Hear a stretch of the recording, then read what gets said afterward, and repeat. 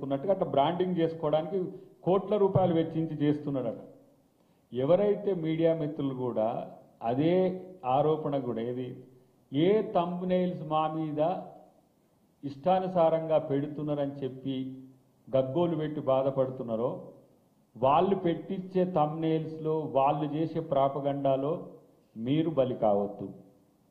ఎందుకంటే వాళ్ళు దేనికైనా ఏది సిగ్గు లజ్జ లేకుండా దేనికైనా దిగజారగలరు.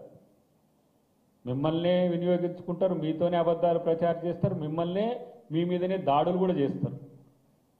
ఇలాంటి సంస్కృతి ఇంకా ఎక్కడ ఉండదు. అంటే అన్నం పెట్టినోనికి సున్నం పెట్టే కల్చర్ బీఆర్ఎస్ పార్టీకి కేసీఆర్ కుటుంబానికి తప్పితే ఇంకెవరికి లేదు. అందుకనే మిత్రుడు నేను ప్రవీణ్ కుమార్ గారికి చెప్పేది అదే, క్రెడెన్షియల్స్ క్రైసిస్లో పడుతున్న క్రమంలో ఇలాంటి పనికిరాని వాళ్ళ కోసం మీరు అబద్ధాలను ప్రచారం చేసే పని పెట్టుకోవద్దని చెప్పి నేను సీరియస్గా చెప్తున్నా. అన్నిటికంటే ఎక్కువ మాట్లాడితే సిబిఐ అంటుండు. సిబిఐ అంటేనే మీరు బీజేపీ బీఆర్ఎస్ కలిసి అన్నట్టు. ఇక్కడ ఈ రాష్ట్ర ప్రభుత్వం చేసే ఇప్పుడు మొన్ననేమో ఆంధ్రప్రదేశ్కు సంబంధించిన అంశంలో ఆంధ్రప్రదేశ్ ముఖ్యమంత్రి మాట వింటుండ్రు కానీ తెలంగాణ ముఖ్యమంత్రి మాట వింటలేరు.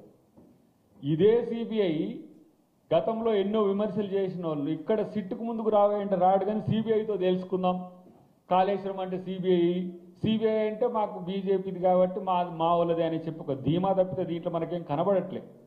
సాక్ష్యాలు లేకుండా ఆధారాలు లేకుండా ఎవరి మీదనైనా ఏ చర్యలైనా తీసుకోవడానికి అవకాశం ఉంటుందా? సిట్ అయితే ఏంది, సిఐడి అయితే ఏంది, ఇక్కడ ఉన్న ప్రాపర్ ఎంక్వైరీ ఎక్కడ లోకల్ స్టాండ్ ఉంటుందో అక్కడే ఇలా విచారణ జరగాల్సిన అవసరం ఉంది. అది పక్కన పెట్టేసి కేటీఆర్ మాట్లాడినట్టుగా ఊకే సిబిఐ లేకపోతే కేటీఆర్ మాట్లాడతలేడు, కేసీఆర్ ఏదో కేటీఆర్ మాట్లాడుతుండొచ్చు కానీ కేసీఆర్ మాట్లాడట్లేదు. ఇలాంటి పరిస్థితి తర్వాత నిన్న మనోడు మాట్లాడుకుంటూ నా రక్తం మరిగిపోతున్నది, మైనంపల్లి లాంటి వాడు ఉంటే నేను ఇప్పుడు డ్రెస్ ఉంటే నేను అరెస్ట్ చేసి పడుతుంది అని చెప్పి చాలా ఎక్కువ మాట్లాడుతున్నాడు.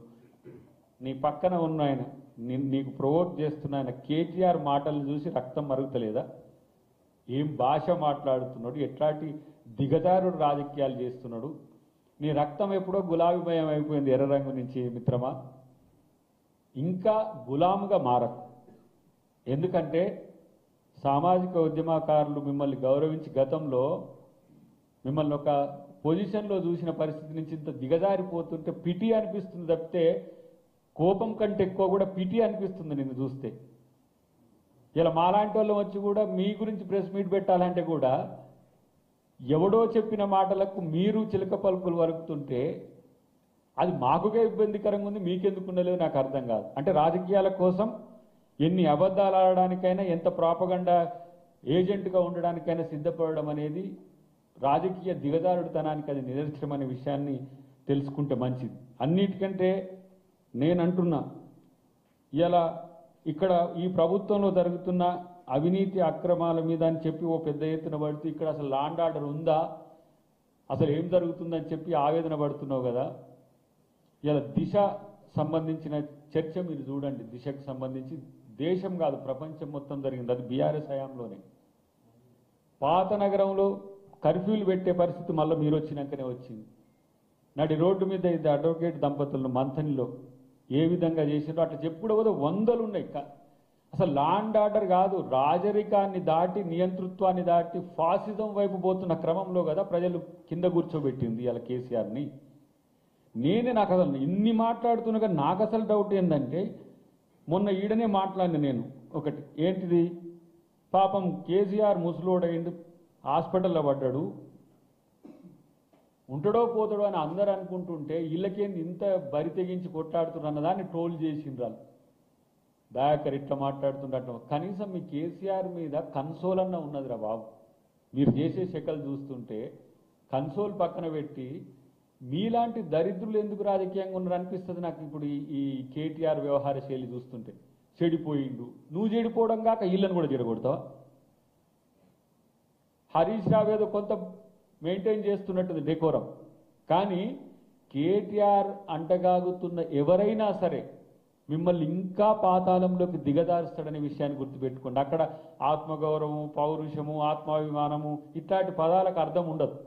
వాళ్ళు ఏం చెప్తారో అది చేయాల్సిన అవసరం ఉంది. కానీ తెలంగాణ సమాజం చీత్కరించుకుంటున్న కుటుంబానికి మీరు మద్దతు ఉంటున్న క్రమం మీ రాజకీయ స్వార్థం తప్పితే ఇంకొకటి ఏమున్నది చెప్పండి. ఇక్కడ రాజకీయ స్వార్థం కోసం ఇంతలా వ్యక్తిగతంగా రాజకీయంగా దిగజారాల్సిన అవసరం ఉందా అనేది మీరు ఆత్మపరిశీలన చేసుకోవాల్సిన అవసరం ఉంది.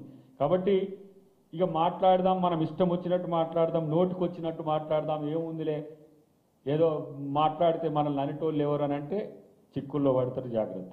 అది ఎవరైనా సరే, అది వ్యక్తులైనా మీడియానైనా.